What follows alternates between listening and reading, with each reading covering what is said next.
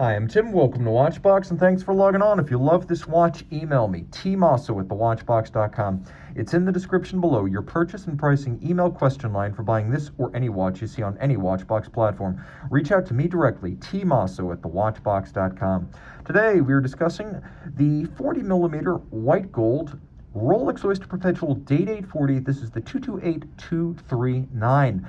So, 40 millimeters in white gold. This model was redesigned from the original Day-Date 2, and the new model year was 2015.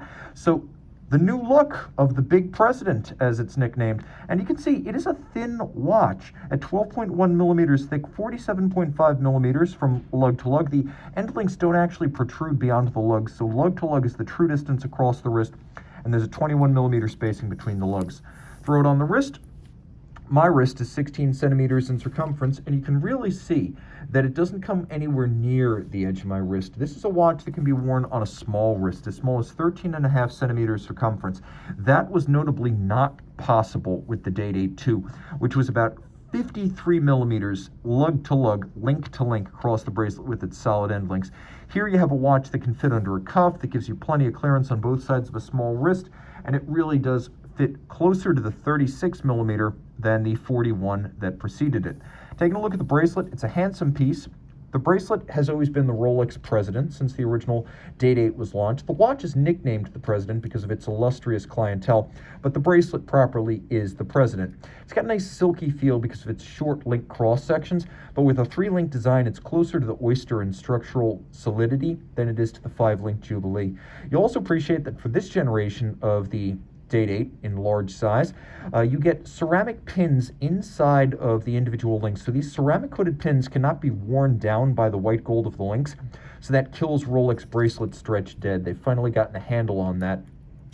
As you can see, there is the crown clasp, the only visible partition point between the two sides of the bracelet being the crown. And the crown is now a lift lock, so you can see there's actually a beak and a hook internally. So it's not simply snapped together by friction fit. It actually has a locking mechanism, and the crown is now a pivoted release. Individual removable links fixed by screws, many small individual removable links, so you will be able to size this one precisely. The case is fluid and fabulous. This is anything but the super case you know from the GMTs, the Explorer 2s, the subs. Nope, this is beautifully tapered with handsomely polished lug hoods as well as profiles, and you can see that the case flank is nicely rounded. There's also a handsome faceting of the bezel that is gorgeous and glitters like a cut gem. Rolex makes its own cases, bracelets, and clasps, but what you might not know is that they also make their own alloys, and their white gold is known as gray gold in the industry. It's an 18-karat white gold alloy, but unlike conventional white gold, it never needs to be rhodium plated to look silvery and bright, and if you scratch it, there's not different colored metal underneath. Screw down twin lock crown in gold. You see the 2 dots, that's how you know. 100 meters water resistant, and a true white dial. It's not silver white, it is white, like chalk. The Roman numerals, as you can see, are bright polished. They're made of white gold, just like the Rolex crown, just like the hands. That prevents oxidation over time. Now you can see there is a double quickset system. So you pull the crown out to its intermediate position, and you have the ability to adjust the date, and you have the ability to adjust the day.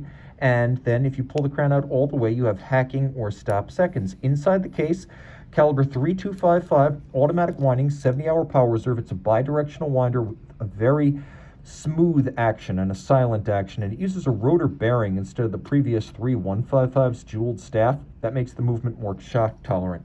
Now, the watch is a COSC compliant piece, which means it meets the COSC standards, but then Rolex takes the certified movement, cases it up, tests it in 6 positions, and also regulates it to a standard beyond chronometer, to plus or minus 2 seconds per 24 hours, hence the terminology superlative chronometer on the dial. It is better than a chronometer. It has a full balance bridge with a free sprung index for shock resistance, and the 31 jewel movement beats away at 8 beats per second.